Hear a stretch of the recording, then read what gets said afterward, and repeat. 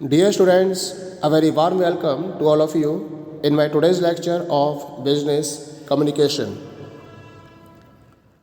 In today's lecture, we will discuss upon the topic लिखित व्यावसायिक संचार का महत्व, लाभ एवं दोष, importance, advantages and disadvantages of written business communication.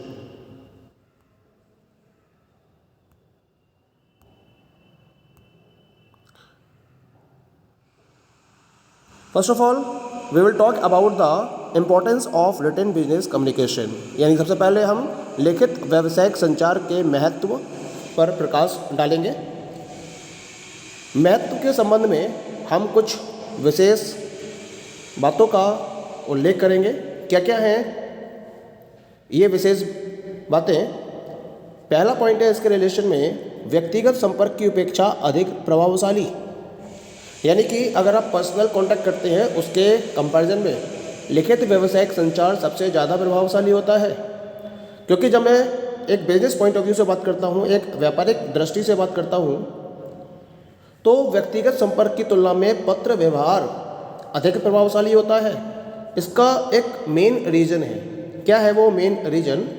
जब आप व्यक्तिगत संपर्क करते हैं तो मुंह से कुछ ऐसे वाक्य भी निकल सकते हैं जिन्हें सुनकर आपके जो कस्टमर्स हैं, जो ग्राहक हैं, वो आपसे नाराज़ भी हो सकते हैं या उत्तेजित भी हो सकते हैं। लेकिन पत्र व्यवहार में, यानी कि जब आप रिटन कम्युनिकेशन करते हो, रिटन करस्पॉन्डेंस करते हो, तो एक एक शब्द आप बहुत सोच समझ कर लिखते हो और इसी वजह से इस गलती की कोई भी गुंजाइश नहीं रहती है।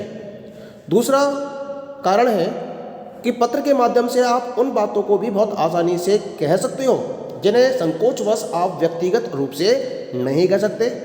तीसरा है इसके अंदर, जब आप व्यक्तिगत भेंट कर लेते हो, उसके उपरांत पत्र व्यवहार ही उस भेंट के समय निर्णय की गई बातों की पुष्टि करता है।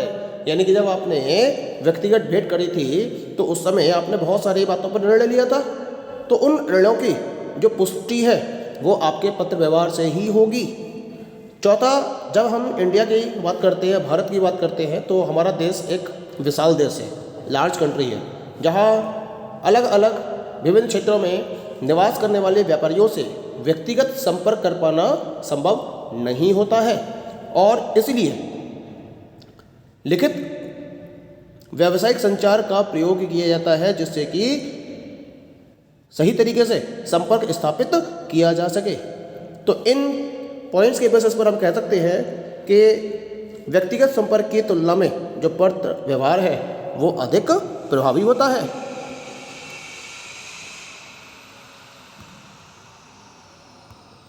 अब हम बात करते हैं दूसरे पॉइंट की, साक्ष्य के रूप में उपयोग। जो लिखित पत्र होता है यह इस बात का प्रमाण होता है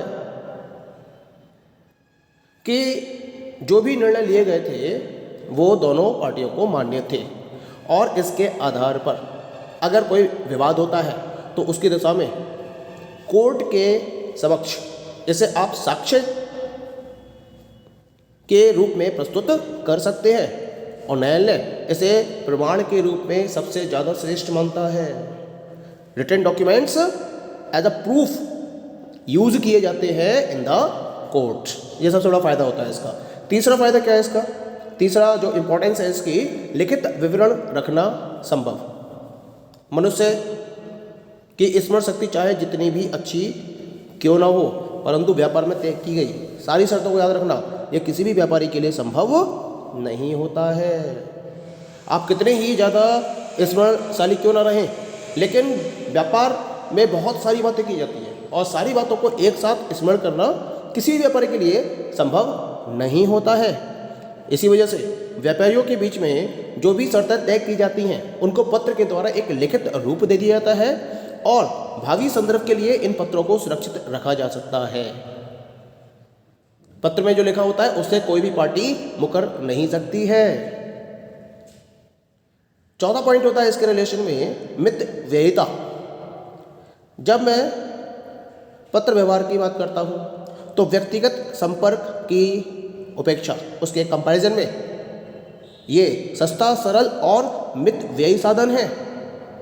सैकड़ों रुपयों का काम पत्र व्यवहार के माध्यम से चंद रुपयों में ही हो जाता है। आपको बहुत सारे पैसे खर्च करने पड़ेंगे। अगर आप व्यक्तिगत संपर्क करते हो, आने जाना पड़ेगा। लेकिन पत्र व्यवहार में आपको कहीं आना जाना नहीं है, केवल पत्र ही भेजना है आपको। तो कुछ ही रुपयों में पत्र व्यवहार से संपर्क स्थापित हो जाता है और आपको आने जाने में जो समय खर्च करना पड़ रहा था वो समय भी आपका बच जाता है। पांचवा फायदा क्या होता है इससे? शंकाओं व शिकायतों का समाधान।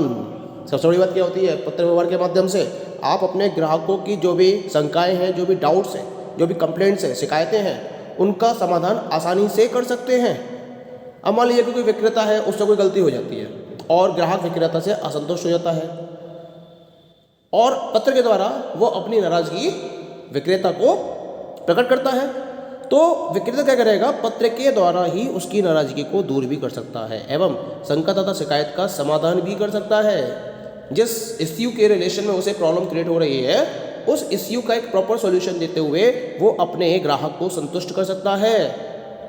अत्यंत विनम्र भाषा का प्रयोग करते हुए, अपनी गलती को स्वीकार करते हुए वो अपने ग्राहक को एक प्रॉपर सॉल्यूशन प्रोवाइड करता है उसके द्वारा एराइज की गई प्रॉब्लम का, और इस तरह से अपने ग्राहक को संतुष्ट भी कर सकता है। तो शंकाओं और शिकायतों का समाधान पत्र व्यवहार के माध्यम से आसानी से किया जा सकता है।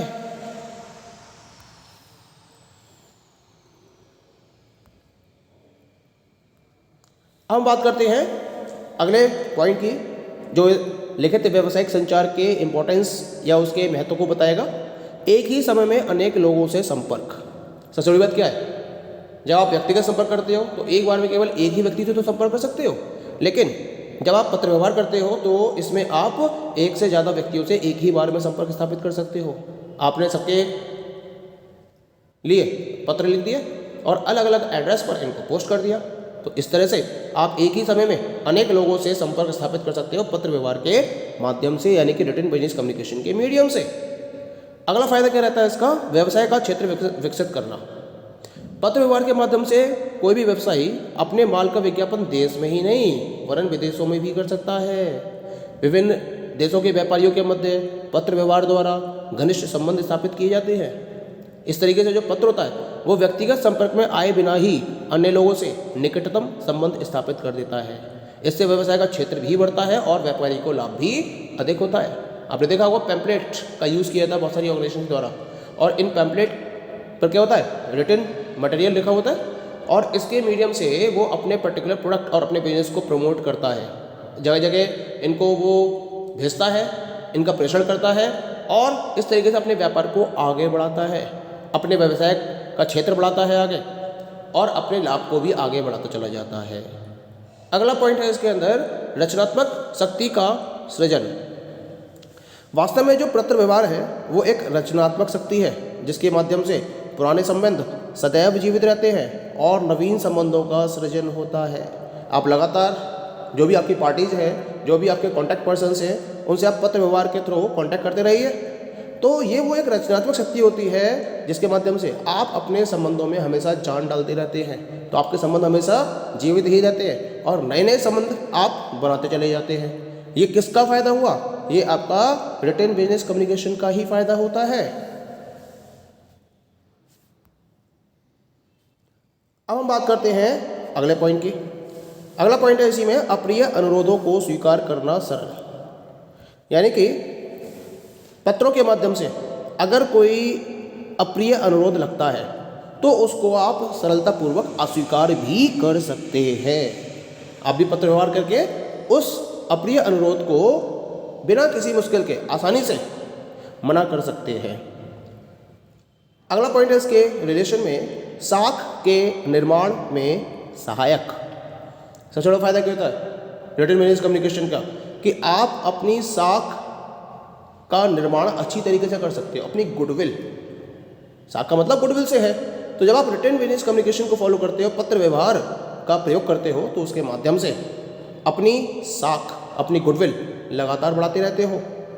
क्योंकि जब तक गुडविल नहीं होगी आपके बिजनेस की, एक साख नहीं होगी, आपकी ख्याति नहीं होगी, एक फैंटेसी नहीं होगी आपके बिजनेस की, तो भविष्य में आप आगे नहीं बढ़ पाएंगे। तो व्यापारी को भविष्य में आगे बढ़ने के लिए एक डायरेक्शन दी जाती है, एक निर्देश दिया जाता है उसकी गुडविल और उसकी रेपुटेशन के बेसिस पर। अगला पॉइंट क्या रहता है इसके अंदर, अशुद्ध ऋणों की वसूली में सुविधा। क्योंकि अगर जब हम आज के बिजनेस की बात करते हैं, प्रेजेंट सिनेरियो में बिजनेस की बात करते हैं, तो इसमें उधार लेन देन की प्रथा अधिक प्रचलित है। उधार में माल अधिक आता जाता रहता है और बिना उधार लेन देन के काम भी नहीं चलता है, व्यापार भी आपका आगे नहीं बढ़ सकता अगर आप उधार लेन देन का कार्य नहीं कर रहे हैं। लेकिन सबसे बड़ी दिक्कत कहाँ आती है, जो राशि आपकी उधार हो गई उस उधार की राशि को वसूल करना, ये एक बहुत जटिल समस्या हो गई है आज के समय में। अब होता क्या है, पत्राचार किया जाता है। जब आपको अपना पैसा वसूलना होता है, अपनी राशि को वसूल करना होता है, तो उसके लिए आप पत्र व्यवहार का प्रयोग करते हो। अगर आपका व्यवहार पत्र व्यवहार श्रेष्ठ है तो उसके माध्यम से आप अशोध्य ऋणों की भी वसूली आसानी से कर सकते हैं। जो कर्जा है आपका, जिसे आपको वसूलना है, उसको आप आसानी से वसूल सकते हैं अगर आपने श्रेष्ठ पत्र व्यवहार का प्रयोग करने की क्षमता है उस आधार पर। ठीक है। अगला पॉइंट है जो इसके इंपॉर्टेंस को डिफाइन करता है, वो है अधिक प्रभावी। जिह्वा की तुलना में लेखनी अधिक प्रभावशील भी होती है, क्योंकि अनेक बातें व्यक्ति कह नहीं पाता, परंतु पत्र के माध्यम से वह उन्हें लिखकर प्रकट कर सकता है। इस प्रकार जो पत्र हैं आपके, वो अधिक प्रभाव उत्पादक होता है। अब बहुत सारी बातें ऐसी होती हैं जिसे आप व्यक्तिगत संपर्क के माध्यम से अपनी जिह्वा से नहीं कह पाते हो, और अगर कहते भी हो तो उनकी प्रभावशीलता उतनी नहीं होती जितना लिखित माध्यम से उनकी प्रभावशीलता बढ़ जाती है। क्योंकि उन बातों को कह तो नहीं पाते हो, लेकिन उन्हें पत्र के माध्यम से लिखकर प्रकट तो किया जा सकता है। तो इस तरीके से देखा जाए तो व्यक्तिगत संपर्क के तुलना में जो पत्र व्यवहार है वो अधिक प्रभावशाली होता है, अधिक प्रभाव उत्पादक होता है, और इसी वजह से बिजनेस में सबसे ज़्यादा पत्र व्यवहार का प्रयोग किया जाता है, रिटन बिजनेस कम्युनिकेशन का प्रयोग किया जाता है। Okay, thank you.